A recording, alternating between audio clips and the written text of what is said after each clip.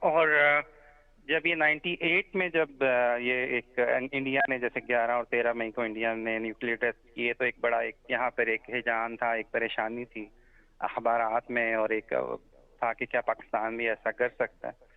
تو ان دنوں ہمارے ایف ایس سی کے نا ایگزامز ہونے والے تھے، اور ایک بڑا پڑھنے کے بجائے اخبارات پڑھنے پہ زیادہ توجہ رہتا تھا میرا تو، اور اس سے کافی ایک عجیب سی ایک سچویشن رہتی تھی. لیکن جب اللہ کا شکر ہے کہ 28 مئی کو جب پاکستان نے یہ ایکسپیریمنٹس کیے تو اس سے ایک بہت بڑی خوشی بھی ہوئی، ایک بڑا کانفیڈنس آیا کہ یہ بڑا اچھی چیز ہوئی ہے.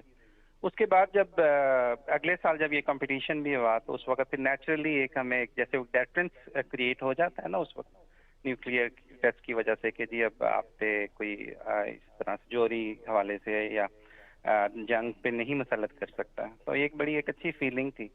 اور ایز اے مسلمان وہ ایک جوش و خروش بھی تھا. آپ کو پتا ہے ایگزیبیٹنٹ آف یوتھ ہوتا ہے 18-19 سال کی عمر میں، تو وہ یہی سب سے بہتر لگ رہا تھا کہ انشاءاللہ یہ وہ نام ہے اور یہ وہ دن ہے جس کی وجہ سے ہماری قوم میں جوش و جذبہ رہے کہ وہ مستقبل میں بھی اپنا ایک کردار ادا کر سکیں. اور جس طرح سے نیوکلیئر حوالے سے ایک طاقت اللہ نے بنایا تو اللہ تعالیٰ معاشی حوالے سے، سیاسی حوالے سے بھی دنیا میں ایک طاقت بنائے. تو میرے لیے ایک نام ہمیں ہمیشہ ایک جوش دلاتے رہنا چاہیے ہماری قوم کو، ہمارے نوجوانوں کو، کہ مستقبل میں بھی ان کا ایک بہت اعلیٰ کردار ہو سکتا ہے اور وہ سب کچھ کر سکتے ہیں، جیسے ڈاکٹر عبدالقدیر خان، ڈاکٹر سما مبارک، باقی سائنٹسٹ نے. اور اوور دا ایئرس ایک بہت محنت کے بعد اس کا ایک نتیجہ آیا 1998 میں. تو اسی طرح ابھی بھی ہمیں محنت کرنا چاہیے، ایک پروسیس سے گزرنا چاہیے، کیونکہ سائنٹیفکلی بھی آپ دیکھیں نا اور مذہبی لحاظ سے بھی دیکھیں تو ہر ایک عمل جو ہے وہ ایک محنت کے ساتھ، ایک پروسیس کے ساتھ آتا ہے. اللہ تعالیٰ نے بھی یہی ہمیں سمجھایا ہے کہ کوشش کرتے رہو، محنت کرتے رہو.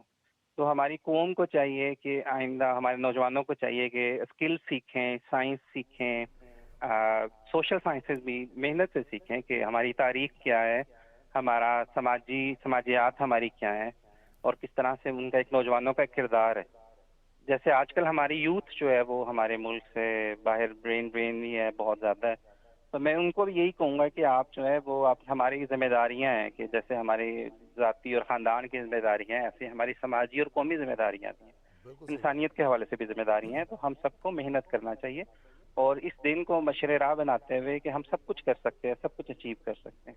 انشاءاللہ ہم کریں گے بھی. بہت شکریہ محمد شفیق صاحب، آپ نے پروفیسر ڈاکٹر محمد شفیق صاحب ہمارے ساتھ موجود تھے اور آپ ان لوگوں میں شامل ہیں جنہوں نے یوم تکبیر کا نام تجویز کیا تھا. اور جیسے ہم بات کر رہے تھے کہ جب بھارت نے توازن بگاڑا تو اس وقت وہ تمام نوجوان ہوں، بچے ہوں، بڑے ہوں، ان سب میں یہ تشویش تھی کہ بھارت نے یہ کیا کیا ہے. لیکن جب پاکستان نے ایگزیکٹلی 15 دن بعد، 2 ہفتے کے بعد جب بھارت کو منہ توڑ جواب دیا تو پورے پاکستان میں اس دن نعرہ تکبیر گونجا اور تمام لوگ، ہر طبقہ فکر سے تعلق رکھنے والے لوگ اس دن نہ صرف خوش تھے بلکہ فخر سے نعرہ لگا رہے تھے پاکستان زندہ باد. اور آج بھی ہم پر یہ ذمہ داری عائد ہوتی ہے کہ ہم مشکل وقت میں، اگر مشکل وقت ہے تو ہمیں اس میں سے نکلنے کے لیے خود محنت کرنا ہے، خود آگے بڑھنا ہے. بالکل. لیکن ایک چیز بہت خاص آج سے 26 سال پہلے بھی ہوئی اور اب بھی ہو رہی ہے، وہ ہے سیاسی شعور. جس طرح ہمارے ساتھ ڈاکٹر صاحب موجود تھے اور انہوں نے کہا کہ اس وقت میں ایف ایس سی کے ایگزامز دے رہا تھا لیکن زیادہ تر اخبارات پڑھنے کی طرف رجحان ہوتا تھا. سیاسی شعور جب اجاگر ہو جاتا ہے تو ہمیں آئیڈیا ہو جاتا ہے کہ ہمارے ملک کے لیے، ہمارے بچوں کے لیے، ہمارے مستقبل کے لیے کیا چیز بہتر ہے. اور اس وقت کے جو لوگ تھے انہوں نے بھی اس چیز کو بہت سپورٹ کیا. اور یہی ہوتا ہے کہ جب عوام کی سپورٹ ہو، سیاسی قیادت ساتھ ملے، عسکری قیادت ساتھ ملے، جس طرح پاکستان ایک ایٹمی طاقت بن کر ابھرا ہے، اسی طرح قومیں ابھرتی ہیں اور مزید مستحکم اور مضبوط طریقے سے ابھرتی ہیں. جہاں پہ ہم ایک ساتھ جڑنے کے حوالے سے بات کریں، مل کر کام کرنے کے حوالے سے بات کریں، ایک اور بہت بڑی جنگ جس سے پوری دنیا لڑ رہی ہے اور وہ جنگ متحد ہو کر لڑی جا رہی ہے، وہ ہے جی کلائمیٹ چینج کے اگینسٹ. اور کلائمیٹ چینج میں ہم دیکھتے ہیں کہ بہت زیادہ اویئرنیس کریٹ کی جا رہی ہے. پلاسٹک کے بارے میں اویئرنیس کریٹ کی جا رہی ہے کیونکہ پلاسٹک کا استعمال خطرناک اس وجہ سے بھی ہوتا ہے کہ اس کو ڈیکمپوز ہوتے بہت سال لگ جاتے ہیں. جو پلاسٹک کے شاپرز ہوتے ہیں، پلاسٹک کی بوٹلز ہوتی ہیں، یہ بہت زیادہ خطرناک ہوتی ہیں ہماری کلائمیٹ کے لیے. اور جہاں ڈیکمپوزیشن کی بات کی، اگر خدا نخواستہ ان کو جلا کر ختم کرنے کی کوشش کی جاتی ہے تو وہ فضائی آلودگی کا باعث بنتی ہیں. اگر ان کو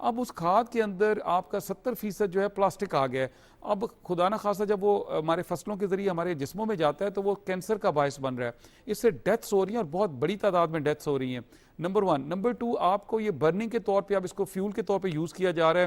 بھٹا جات میں اس پہ ڈفرینٹ جو انڈسٹری ہے وہ اس کو یوز کرتی ہے, جو سنگل یوز پلاسٹک کو. اور نمبر 3, ہمارے جو سٹینڈرڈز ہیں ہمارے بدقسمتی سے ہمارے ملک کے وہ سٹینڈرڈز نہیں ہیں جو انٹرنیشنل سٹینڈرڈز ہیں. اور جیسے بھی آپ نے بڑا اچھا مانور نے کہا کہ پوری دنیا اب اس کے لیے ایک سروائیول کی جنگ لڑ رہی ہے, کیونکہ ہم نے اپنے ماحول کو اتنا خراب کر لیا ہے کہ اب یہاں پہ انسان کی زندگی جو ہے وہ اس میں کئی سال کمی واقع ہو رہی ہے. جیسے آنے والے دنوں میں سردیوں میں اسموگ ہوتی ہے, اب دھواں ہے یا ماحولیاتی آلودگی جو ہے اس سے 5-5, 6-6 سال زندگی انسان کی کم ہو رہی ہے. تو ہم نے خود ہی یہ پلاسٹک کے استعمال کو بڑھایا, اس کو جگہ دی, اور جو اچھی پریکٹسز تھیں ہماری, جو ہماری ٹریڈیشنل ویلیوز تھیں, جو ہماری ایک ہماری کنونشنل چیزیں تھیں, ہم نے اس کو جو آرگینک تھیں ہم نے ان کو پیچھے کر دیا. اب یہ ہم انشاءاللہ 6 تاریخ سے آنورڈ ہم نے سب سے بات کر لی ہے, ہم نے میپ کر لیا, ہم نے اپنا ایک پلان بنا لیا ہے.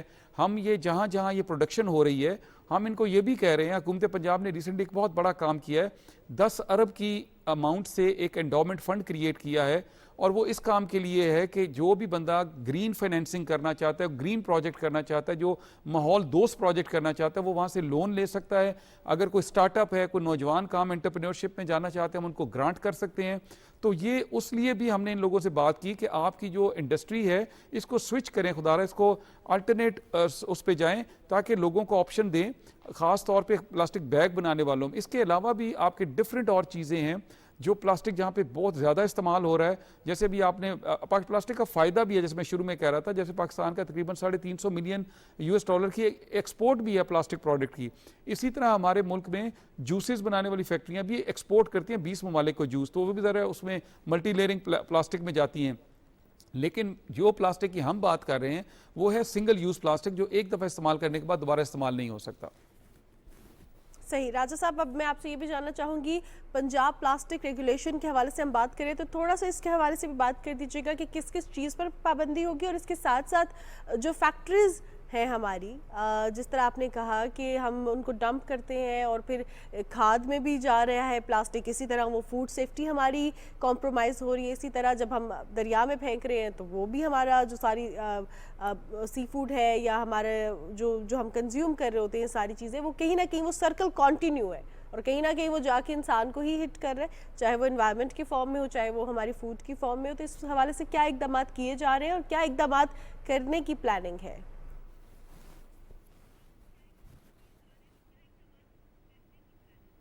مانور, بڑا اچھا آپ نے بات کی.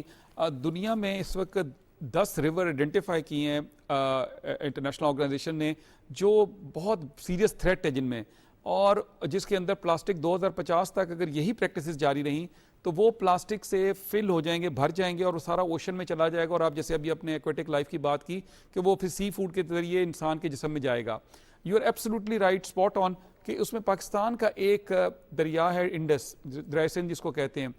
انفارچونیٹلی دنیا کے 10 دریاؤں میں ہمارا ایک دریا بھی آ گیا ہے جہاں پہ اس کو سیریس تھریٹ ہے کہ اگر ہم نے یہی پریکٹسز جاری رکھی ہیں, اپنا جو پلاسٹک ویسٹ ہے اس کو ڈمپ کرتے رہے اسی طرح واٹر باڈیز میں اور دیگر جگہوں پہ, تو وہ it will come back to us in form of food, اور جیسے آپ نے کہا کہ سی فوڈ یا دیگر چیزوں سے. نمبر 1. نمبر 2, میں یہ بھی بتاتا چلوں کہ ہم دنیا میں 2 K2 بنانے والے ملک ہیں جو پلاسٹک کے ویسٹ کے 2 K2 سالانہ بناتے ہیں. ایک K2 کی ہائٹ ہے 17,000 فٹ, تو آپ یہ سمجھیں کہ ہم 2 بڑے K2 پلاسٹک ویسٹ کے بناتے ہیں. دیکھیں, ہمیں 3 آرس ہم لوگوں کو پروپیگیٹ کرتے ہیں, لوگوں کو سمجھانے کی کوشش کرتے ہیں. ایک تو ہم کہتے ہیں کہ ریڈیوس کریں پلاسٹک ان یور لائف, یا آپ کی جو بھی آپ کی لائف سٹائل ہے. ریڈیوس, ریسائیکل, ری یوز. ہم کہتے ہیں کہ اس کو پلاسٹک کو جتنی دفعہ آپ ریسائیکل کر کے استعمال کر سکتے ہیں, اور ہم انڈسٹری کو بھی یہی کہہ رہے ہیں. آپ نے بالکل ٹھیک فرمایا کہ انڈسٹریز چونکہ ان کی جو ماڈل ہے, اس کو بزنس ماڈل ہے ان کا, یا ان کا جو بھی مینوفیکچرنگ ماڈل ہے وہ پرانا ہے. ہم نے ان کو اس کے ذریعے ہم ان کو یہ بھی پش کر رہے ہیں کہ آپ اپنی ٹیکنالوجی ٹرانسفر کریں. ہم بلکہ گورنمنٹ, فیڈرل گورنمنٹ کو یہ لکھ بھی رہے ہیں کہ آپ جتنی امپورٹ ہے اس کی ریسائکل مشینری کی اس پہ انسینٹیوائز کریں, لوگوں کو فیسیلیٹیٹ کریں, اور جو پلاسٹک ویسٹ امپورٹ ہو رہا ہے اس پہ 100% کسٹم ڈیوٹی لگائیں, کیونکہ اسکریپ امپورٹ ہو رہا ہے اور وہ ہمارے سسٹم میں اور بڑھ رہا ہے. میں نے جیسے بھی تھوڑی دیر پہلے بھی بتایا تھا کہ ہماری جو ایون سالڈ ویسٹ کلیکشن ہے اس میں بہت بڑی اب تعداد اس کی آ جاتی ہے, لیکن یہ تو وہ چیز ہے جو 1.5 ملین میٹرک ٹن جو کلیکٹ ہو جاتا ہے, جو کلیکٹ نہیں ہو پا رہا. اور آپ کو بھی پتا ہے کہ ہمارا انفارمل سیکٹر ہے, جو اسکیونجرز ہیں, جو بچے جا کے چنتے ہیں پلاسٹک بیگ, پلاسٹک بوٹلز اور دیگر, پھر وہ جنک یارڈ میں جاتے ہیں اور وہاں سے پھر آگے وہ, اور سب سے خطرناک پلاسٹک جو یوز ہو رہا ہے وہ ہاسپٹل ویسٹ میں ہے. ہاسپٹل ویسٹ کا پلاسٹک ریسائیکل نہیں ہو سکتا, کیونکہ اس کے ساتھ پھر وہ متعدد بیماریاں ہیں جو آپ تک آئیں گی. اور جیسے میں نے عرض کیا تھا کہ cancer is the one of the biggest threat which is جو پلاسٹک کی وجہ سے آ رہا ہے. اور ہاسپٹل ویسٹ جو ہے اس کا جو ختم تلف کرنے کا طریقہ ہے اس کا انسینریٹرز لگائے جاتے ہیں, اور اس پہ بھی ہم پوری جو گورنمنٹ ہاسپٹلز ہیں, پرائیویٹ ہاسپٹل ہیں, ان پہ بھی ہم اسی طرح اس پہ لے جا رہے ہیں, اور یہ مینڈیٹری ہے ویسے بھی قانون کے مطابق ان کو انسینریٹر لگانے پڑیں گے. اب ہم نے انڈسٹری کو بھی آن بورڈ لیا. انڈسٹری کو ٹائم چاہیے تھا, ہم نے 1 سال ٹائم دیا ان کو کہ آپ اپنا شفٹ کریں, اپنی ٹیکنالوجی کو شفٹ کریں, آپ ایفیشینٹ کریں اپنے اس کو پلاسٹک کے یوزیج کو. پھر ہم اس کو ایک نئی چیز لا رہے ہیں جس کو EPR کہتے ہیں, ایکسٹینڈیڈ پروڈیوسر رسپانسبلٹی. پروڈیوسر جو ہے, مینوفیکچرر جو ہے, اس کا صرف یہ کام نہیں ہے کہ وہ بنا کے مارکیٹ میں دے دے اور دیٹس اٹ. ہم کہہ رہے ہیں کہ جب وہ اب یہ پوری دنیا میں یہ پریکٹس ہو رہی ہے کہ جب آپ نے ایک چیز بیچی, آپ نے اس کے اینڈ یوز تک اس کا خیال رکھنا ہے کہ اس کو ریکلیکٹ کرنا ہے, اور یہ مینڈیٹری ہونے جا رہا ہے کہ آپ نے سرٹن جو یوز پلاسٹک ہے وہ اپنے مینوفیکچرنگ پروسیس میں یوز کریں گے along with آپ کا ریزن پلاسٹک جو ہے. آف کورس جو فوڈ گریڈ پلاسٹک ہے اس کی اپنے سٹینڈرڈز ہیں, لیکن جو آپ ایک سنگل یوز پلاسٹک استعمال کے لیے چیزیں پروڈکٹس بنا رہے ہیں, آپ نے بھی سوال کیا, ہمارا جو ریگولیشنز ہیں اس کا شیڈیول 2 ہے جس کے اندر پوری لسٹ دی ہوئی ہے کہ کون کون سی چیزیں, جیسے ہماری روزمرہ کی چیزیں, میں بڑا آپ کو آسانی سے بتاؤں کہ ہم روزانہ صبح اپنے ڈریسنگ ٹیبل کے سامنے کھڑے ہو کے کاٹن بڈ سے اپنے کانوں کو صاف کریں, اس کی جو اسٹک ہے وہ پلاسٹک کی ہے, وہ 1 ٹائم یوز ہے, سنگل ٹائم یوز ہے, وہ ایک دفعہ گئی اور گئی. اب اس کا کوئی سوائے انوائرمنٹ خراب کرنے کے اس کا کوئی اور یوزیج نہیں ہے, نہ اس کو ریسائیکل کیا جاتا ہے, نہ اس کو ایون وہ کلیکٹیبل بھی نہیں ہے, کیونکہ وہ اتنی معمولی چیز ہوتی ہے کہ شاید جو اسکیونجرز ہیں جو کلیکٹ کرتے ہیں یا جنک یارڈ والے ہیں وہ بھی اس کے استعمال میں نہیں آتے. اسی طرح ہماری جو آپ کے سامنے یہ جو ڈسپوزیبل پلیٹس ہیں, ڈسپوزیبل کپس ہیں, ڈسپوزیبل پوری کٹلری ہے, وہ 1 ٹائم یوز کرتے ہیں ہم اس کو. ہمارے جو ملٹی نیشنلز بھی یوز کر رہے ہیں ایکسکیوز می, ان کو بھی یہ ہم ایکسپلین کر رہے ہیں کہ اس کو بھی آپ جو ہے وہ اس لیول پہ لے کے جائیں تاکہ یہ ہیزرڈس نہ ہو ہمارے انوائرمنٹ کے لیے. بالکل یہ بہت سیریس میٹر ہے, اور ہم نے اس دفعہ یہ پاسٹ میں بھی اس طرح کی کیمپینز چلتی رہیں, لیکن گورنمنٹ کا ریزالو ہے اس دفعہ کہ this is going to be the final actually round with this plastic, single use plastic. اور ہم نے اس کے لیے لانگ ٹرم پلاننگ بھی کی ہے اور میڈیم ٹرم بھی کی ہے. ہماری ٹیمز پوری کی پوری اس وقت ایکٹیویٹ ہیں, ہمارے ڈسٹرکٹ ایڈمنسٹریشن, پولیس, ہمارے دیگر ادارے. ہم نے اس دفعہ اس کو بالکل ایک ملٹی سیکٹورل اپروچ کے ساتھ جا رہے ہیں. ہر سیکٹرز میں کام کرے گا, ایگریکلچر اپنی جگہ کام کرے گا, ٹرانسپورٹ اپنی جگہ کرے گا, سارے محکمے اپنی اپنی جگہ کام کر کے, اگرچہ آف کورس یہ کنورج تو انوائرمنٹ ڈپارٹمنٹ میں ہی ہوگا سارا کچھ, لیکن ہر ڈپارٹمنٹ کا اپنا ایک رول ہوگا. میں یہاں آپ کے ناظرین کو بتاتا چلوں کہ جیسے ہم نے پنجاب میں ڈینگی کو شکست دی, کیونکہ اس میں تمام ڈپارٹمنٹس کو موبلائز کیا گیا پاسٹ میں, اور الحمدللہ اس وقت ڈینگی انڈر کنٹرول ہے. جب بھی سارے ڈپارٹمنٹس کام کریں گے تو یہ پلاسٹک کی یوز, اور آخری میں اس سے اور بھی بات ہو سکتی ہے اس پہ, خاص طور پہ ہم نو پلاسٹک بیگ زونز کریٹ کر رہے ہیں. تمام کالجز یونیورسٹیز, ہمارا پڑھا لکھا طبقہ ہے, they are very active, they are very ماشاءاللہ لرنڈ. ہم ان کے ذریعے بھی یہ یونیورسٹیز اور کالجز میں بھی نو پلاسٹک بیگ زونز کریٹ کرنے جا رہے ہیں, تاکہ وہ اپنے یونیورسٹی اور کالج میں بھی ویجیلنٹ رہیں گے کہ کیا یہاں پہ وہ پلاسٹک بیگ تو یوز نہیں ہو رہا. اسی طرح ہم جو ہے جو بڑی ہاؤسنگ سوسائٹیز ہیں, ہم ان کے اندر بھی یہ کوشش کر رہے ہیں کہ no plastic bag zones create کیے جائیں. We are actually going to create islands, جو شہر کے اندر مختلف ایسی جگہیں ہوں گی, جیسے نو اسموکنگ زون ہوتا ہے. آپ اس کو جگہ جگہ سائنس دیکھتے ہیں, ہم بھی اپنے سائنس انشاءاللہ ہر جگہ آپ کو نظر آئیں گے. جب بھی آپ پنجاب داخل ہوں گے تو آپ کو پتہ چلے گا کہ ریلوے اسٹیشن, بس اسٹیشن, یہاں پہ نو اسموکنگ کے ساتھ ساتھ نو پلاسٹک بیگ زونز بھی. میں آپ کو بتاتا چلوں کینیا میں اسلحہ رکھنا آسان ہے, پلاسٹک کا بیگ یوز کرنا جو ہے وہ یہ ہینیس کرائم میں آتا ہے. آپ پوری کینیا سفر کر لیں, یہ دنیا کا سب سے بڑا سب سے بہتر مثال دی جا سکتی ہے. ایک افریقن ملک ہے جو بہت ڈیولپ نہیں ہے, لیکن وہاں انہوں نے اس کو طے کیا اور اب وہ دنیا کے سب سے زیادہ کلین انوائرمنٹلی پلاسٹک یوزیج کے حوالے سے ملک بنتا ہے. ہم بھی انشاءاللہ انہی سٹینڈرڈز پہ کام کریں گے. یہ لمبی جنگ ہے لیکن ہم we are not going to give up. I know کہ بہت مشکلات آئیں گی, لیکن میڈیا کا ساتھ ہوگا, لوگوں کو اویئرنیس چاہیے گی, کیونکہ اس میں ڈیمانڈ اینڈ سپلائی کی 2 اسٹریٹجیز ہیں. ڈیمانڈ کم ہوگی تو یہ چیزیں سسٹم سے نکلنا شروع ہوں گی, کم ہونا شروع ہوں گی. پلاسٹک میں جو ہماری سپلائی والی سائڈ ہے, ہم نے اپنے تمام مینوفیکچررز کو بتا دیا ہے کہ یہ اب نہیں چلے گا پلاسٹک, اور اس سے ہم انشاءاللہ کوشش کریں گے کہ آنے والے دنوں میں آپ کو پلاسٹک کے بیگز بہت کم نظر آئیں گے, اور وہ بھی جو ہوں گے بھی تو وہ بھی 75 مائکرون جو ایک تھک پلاسٹک ہوتا ہے جو ری یوز ہو سکتا ہے. جیسے آپ نے دیکھا ہوگا کہ آپ جس بھی برانڈ سٹورز پہ جاتے ہیں دے چارج یو ود 3-5 روپی اور 10 روپی. ہم یہ جو کاٹن بیگز یوز کرتے ہیں, اگر ہم بھی یہ بیمبو سٹک کے یوز کر لیں تو یہ بھی بہت زیادہ ہمارے لیے فائدہ مند ہو سکتا ہے. بہت شکریہ راجہ صاحب, آپ کی قیمتی وقت کا. ہمارے ساتھ راجہ جہانگیر انور موجود تھے جو کہ سیکرٹری تحفظ ماحولیات و موسمیاتی تبدیلی پنجاب ہیں, اور وہ پلاسٹک کے یوز اور خاص طور پہ ڈیمانڈ اینڈ سپلائی کے حوالے سے بات کر رہے تھے. جتنی آپ کی ڈیمانڈ ہے اتنی سپلائی ملے گی, تو کوشش کریں کہ ڈیمانڈ انہی چیزوں کی کریں. جہاں ہم ڈسپوزیبل پلیٹس کے حوالے سے بات کرتے ہیں وہاں ہم پیپر کپس کی جانب یا پیپر پلیٹس کی جانب بھی جا سکتے ہیں. تھوڑا سا خود کو مشکل میں ڈالیں, کوئی ایسا مسئلہ نہیں ہے زندگی میں, ایسے فیزز بھی اور آتے ہیں. یہ اتنا مشکل نہیں ہے, آپشنز بہت اویلیبل ہے ہمارے پاس مارکیٹ. آپ کو صرف ایسا نہیں کہ آپ صرف ڈسپوزیبل چیزوں کی عادت اختیار کر لیں تو پھر وہ آپ کے لیے بعد میں مسائل بھی بنا سکتی ہے. تو اس لیے اچھی بات ہے کہ آپ تھوڑا سا مشکلات کے عادی بھی ہوں اور چیزوں کو ایفرٹ کر کے حاصل کریں اور پھر ان کو سنبھال کے بھی رکھیں. بہرحال ہمیں بریک لینا ہے, بریک کے بعد واپس آئیں گے. نیوز بریک کے بعد کچھ بات کریں گے ہم آنے والے سیگمنٹس کے حوالے سے.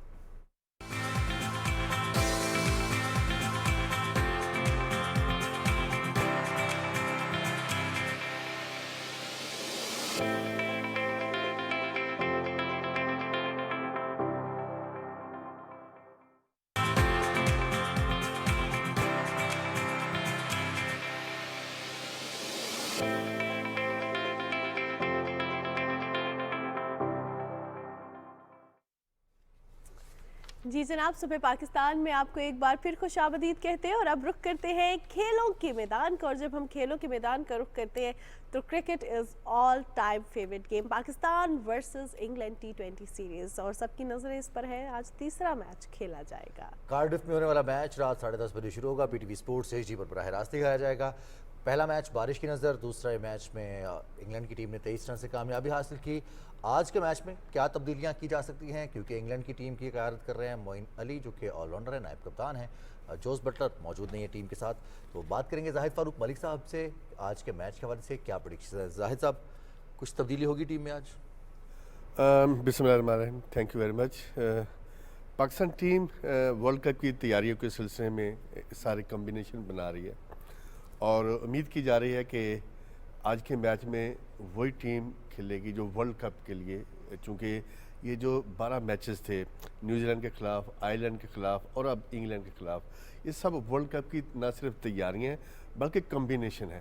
اور اب چونکہ فائنل ٹیم کا بھی اناؤنسمنٹ ہو چکی ہے 15 پلیئرز کی, تو کوشش یہی ہوگی جس نے پہلا میچ کھیلنا ہے. چونکہ اس وقت اگر ورلڈ کپ کے حوالے سے دیکھا جائے تو وہاں پر میچز جو ہیں وہ جاری ہیں, لیکن انگلینڈ اور پاکستان کی ٹیمیں ایسی ہیں وہ امریکہ میں موجود نہیں ہیں, اس لیے وہ پریکٹس بھی نہیں کر رہی ہیں. تو یہی جو میچز ہیں وہ پریکٹس میچز ہیں ورلڈ کپ کی تیاریوں کے سلسلے میں, اور معلوم یہی ہے کہ آج کا میچ جو ہے وہ فل اسٹرینتھ کے ساتھ جائیں گے تاکہ جس ٹیم نے کھیلنا ہے ورلڈ کپ میں پہلا میچ جو آپ کو پتہ ہے میزبان امریکہ کے خلاف ہے, اور جو بڑا میچ ہے آپ کو پتہ ہے انڈیا کے خلاف, اس کی تیاریوں کے سلسلے میں پوری اسٹرینتھ کے ساتھ اس میچ میں جائیں گے. چونکہ آلریڈی پاکستان جو ہے وہ 1-0 ڈاؤن ہے, اور میں ابھی چونکہ آپ کو پتہ ہے میں ادھر سے آیا ہوں, موسم کی بھی صورتحال اس طرح کی ہے جس میں تیاریوں کے سلسلے میں پاکستان ٹیم پریکٹس بھی نہیں کر سکی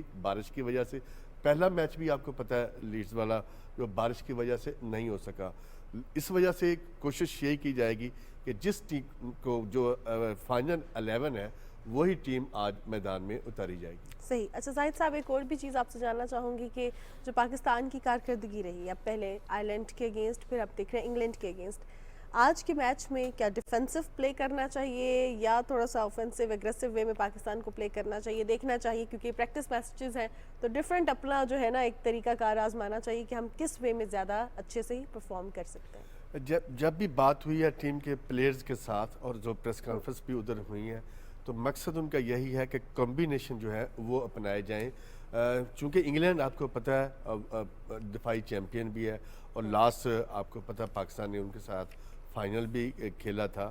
ورلڈ کپ کے حوالے سے بھی اگر دیکھا جائے تو رینکنگ بھی ان کی پاکستان سے بہتر ہے. اس حوالے سے پاکستان کو ورلڈ کپ کی تیاری کے کو مد نظر رکھتے ہی دیکھنا ہے کہ انہوں نے ڈیفینسو کھیلنا ہے کیونکہ یہ ٹائم ٹو ٹائم ہوتا ہے. ٹاس ہونا ہے اور پھر اس کے مطابق آپ نے فیلڈنگ کرنی ہے یا بیٹنگ کرنی ہے. وکٹس جلدی گرتی ہیں یا وکٹس جلدی لیتے ہیں اس کے بعد کی صورتحال ٹائم ٹو ٹائم ہوتی ہے اور اگریسو کھیل ہی کسی بھی ٹیم کے لیے بہتر ہوتا ہے جب ہر چیز ان کے ہاتھ میں ہو. بالنگ پاکستان کی سٹرونگ ہے, ساری دنیا کہہ رہی ہے, سب اینالسٹ کہہ رہے ہیں پاکستان کی جو بالنگ ہے سٹرونگ ہے. پرابلم آ رہی ہے پاکستان کو نہ صرف فیلڈنگ کے اندر بلکہ بیٹنگ کے اندر. پاکستان کے اوپنرز بھی کلک نہیں کر رہے جس طرح سائن کے آپ کے سامنے ہی ہیں, جس طرح کی ان سے توقع تھی ایسی کارکردگی نہیں دکھائی جا رہی. اور رضوان بھی آف کلر نظر آتے ہیں, اسٹرگل کر رہے ہیں. بابر اعظم بھی آپ کے سامنے. تو بیٹنگ جب تک کلک نہیں کرے گی تو صرف بالنگ جو ہے. فاروق ملک صاحب, شاداب خان ایک طویل عرصے سے ٹیم کے ساتھ ہیں, کم بیک کیا, ٹیم سے ڈراپ ہوئے, کم بیک کیا اور پی ایس ایل میں اچھا پرفارم کیا, لیکن اب دیکھتے ہیں کہ آئرلینڈ کے خلاف میچز ہوں, 4 اوورز کا کوٹا, اس میں وکٹس لینا مشکل ہے ان کے لیے, بلکہ رنز بہت زیادہ کنسیڈ کر رہے ہیں.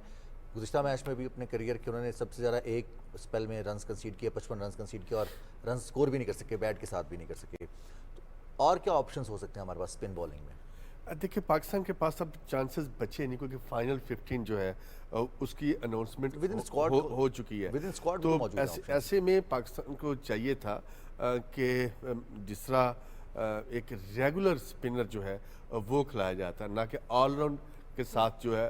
لیکن اب چونکہ فائنل ٹیم کا اعلان ہو چکا ہے تو پھر شاداب کے اوپر ہی انحصار کرنا پڑے گا. اسکواڈ کے ساتھ ان کو موقع دیا جا سکتا ہے, ڈیفینیٹلی کریں گے, لیکن آج ان کی کوشش یہی ہوگی کہ جو فائنل 11 ہے جس نے کھیلنا ہے اوپنرز, 1 ڈاؤن اور اس طرح باقی بھی ہیں, ان کے اوپر فوکس ہے اور اسی فوکس کے ساتھ ٹیم جو ہے میدان میں اترے گی. کیونکہ آپ دیکھیں کہ ارلی وکٹس تو آپ لے لیتے ہیں لیکن اس کے بعد پریشر برقرار نہیں رکھ سکے اور حارث رؤف کو بھی ردم میں آنا ہے اور ان کی بھی آپ کے سامنے کارکردگی, نسیم شاہ کو بھی آنا ہے, نسیم شاہ بھی ہیں اور سب سٹرگل کر رہے ہیں.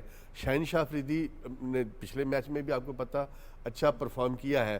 اور اگر بالرز کے ساتھ جب تک بیٹنگ ساتھ نہیں دے گی اور آپ کیچز نہیں لیں گے تو پھر آگے آپ نہیں بڑھ سکتے. یہ پاکستان کی بگ پرابلم چلی آ رہی ہے.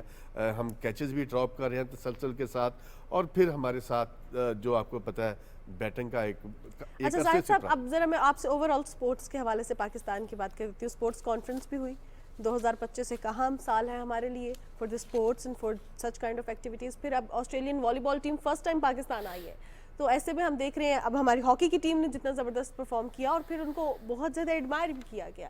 ہر طرف ہمارے کھیلوں کے ذکر ہو رہا ہے کیونکہ ہر میدان میں ہم آگے بڑھے. کتنا ضروری ہے سپورٹس ڈپلومیسی کو فروغ دینا؟ ایٹ دا اینڈ آپ سے یہ جاننا چاہوں گی. دیکھیں پاکستان کا جو تعارف دنیا کے اندر بھی اگر دیکھا جائے کہ ایٹمی طاقت ہونے اور اسلامی ملک کے ساتھ ساتھ کھیلیں بہت پاکستان کا کردار رہی ہیں. آپ کو پتہ ہے کہ جب پاکستان بننے کے بعد بھی آپ دیکھیں پاکستان نے جس طرح کھیلوں کے میدانوں کے اندر دیکھا میڈلز لیے اور اولمپکس میں میڈلز لیے, ایشین گیمز میں میڈل لیے. ایک وقت تھا, اب 92 کا ہی دیکھ لیں, 94 میں پاکستان 4 ٹائم چیمپئن تھا. سنوکر میں بھی ہم چیمپئن تھے, اسکواش میں بھی چیمپئن تھے, کرکٹ کے بھی چیمپئن تھے اور ہاکی کے بھی چیمپئن تھے. لیکن اس کے بعد سے ہم دیکھیں کہ کھیلوں کے میدانوں میں ہم اچھا پرفارم نہیں کر سکے. کچھ امن و امان کی صورتحال بھی تھی. اب دیکھا جائے تو پاکستان کے اندر کھیلوں کے جو میدان ہیں وہ نہ صرف آباد ہو رہے ہیں بلکہ ابھی آپ دیکھیں کہ آسٹریلیا کی ٹیم فرسٹ ٹائم پاکستان آئی ہے والی بال کی, اور کل جب ان کے ہیڈ کوچ سے بات ہوئی ڈان ایلیئر سے تو وہ بھی بڑے خوش تھے کہ پہلی دفعہ وہ پاکستان آئے ہیں اور ایک ایسی صورتحال میں